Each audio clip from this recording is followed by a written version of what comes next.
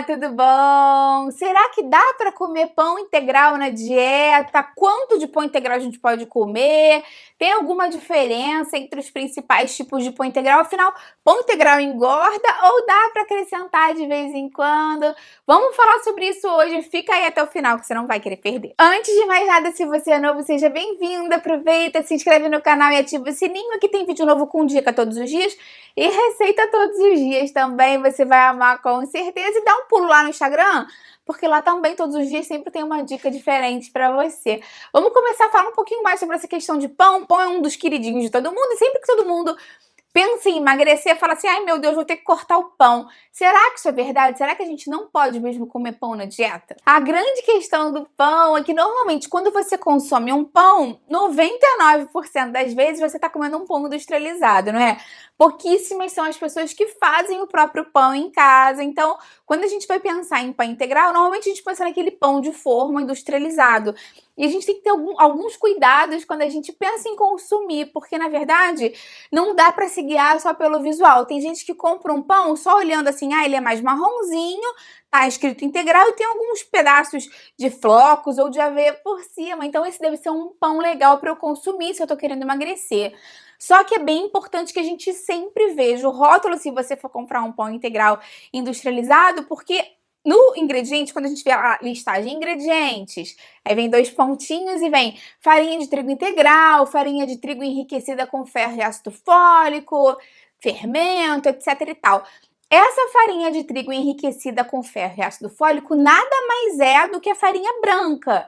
Então ela não pode nunca vir em primeiro lugar. Se você quer um pão integral bom, de boa qualidade, o primeiro ingrediente tem que ser a farinha de trigo integral ou algum outro tipo de farinha integral. Não sei se você compra pão de centeio, de cevada, do que você compra.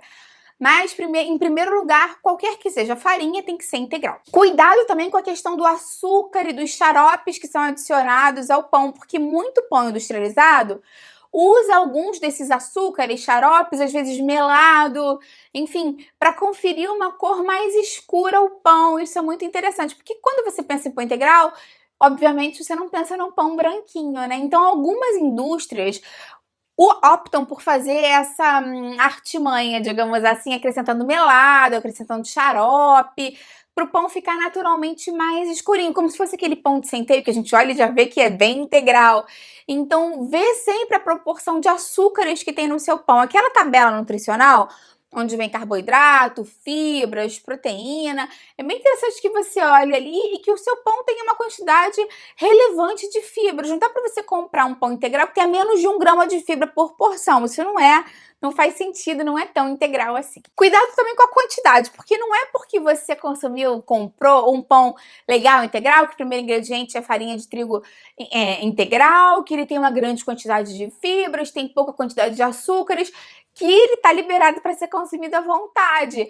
Lembra sempre que você vai ter que computar isso na sua alimentação do dia, de acordo com a sua divisão aí de calorias e de carboidratos que você pode consumir de acordo com o seu objetivo.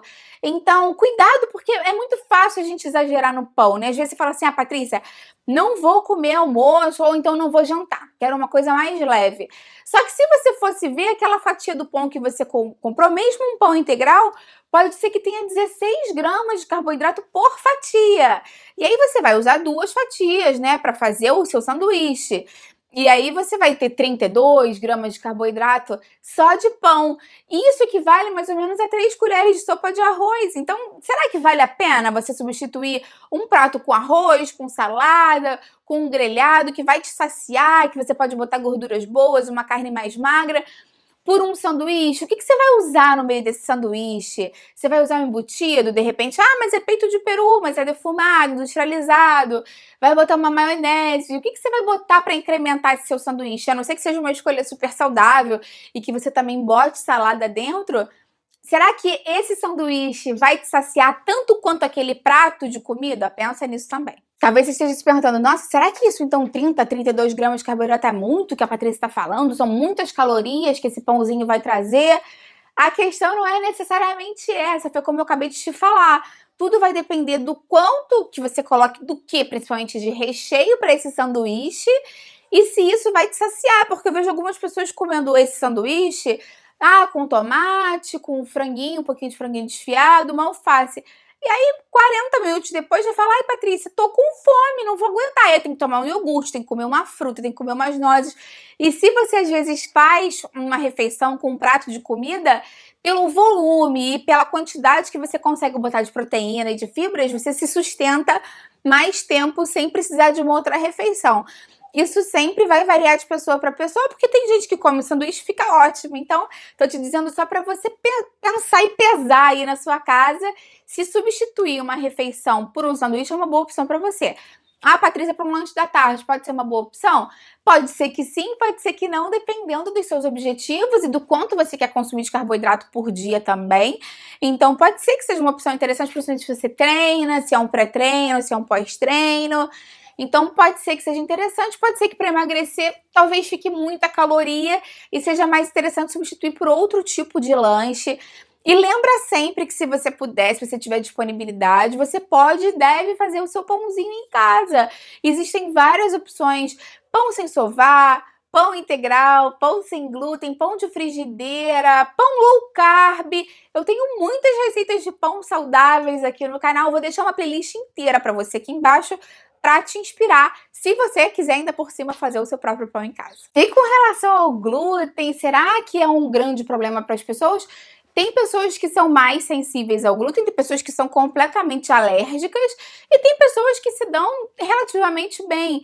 Vai variar de pessoa para pessoa. Tem gente que quando come o pão, mesmo que não tenha doença celíaca ou algum problema já diagnosticado, sente mais inchaço, sente que ficou com a digestão pior, que a roupa fica mais difícil de entrar, e aí retira o pão e tem uma grande melhora. Então lembra sempre que, se for o seu caso, existem receitas de pão sem glúten que você pode fazer. Eu até tenho uma maravilhosa aqui de pão de forma mesmo, e outras de pão low carb que usam outros tipos de farinhas que podem ser interessantes para você testar aí na sua casa também. Então lembra sempre que o pão, na verdade, gente, não é um vilão, não dá pra gente marcar ele assim: não coma pão de jeito nenhum, em momento algum. Na verdade, vai variar. Se depender, se você tá querendo emagrecer, se você tá querendo ganhar massa muscular, se você vai comer uma grande quantidade, em que horário você vai comer, ele vai ser um lanche, ele vai ser um café da manhã, ele vai ser um substituto de uma grande refeição, a qualidade do seu pão e principalmente a quantidade que você come, porque a gente sempre tem que pensar no caminho do meio e em diversificar a nossa alimentação. Não dá para viver à base de pão, tem que variar a nossa alimentação com sempre muitos legumes, verduras, proteínas magras e gorduras boas. E você, conta pra mim aqui embaixo, já emagreceu muito comendo pão? Teve que tirar o pão porque ele te dava muita fome e só depois que você conseguiu segurar a onda com o pão, você conseguiu ter um bom resultado de emagrecimento? Eu vou adorar ver o seu comentário aqui. E se você tiver uma receitinha de pão, bota pra mim aqui que eu vou adorar ver a sua receita. Curte o vídeo que isso me ajuda muito e compartilha com quem você sabe que vai gostar e que precisa. Vamos juntos ampliar essa corrente do bem, que é isso que eu quero aqui com o canal. Até a próxima, tchau, tchau!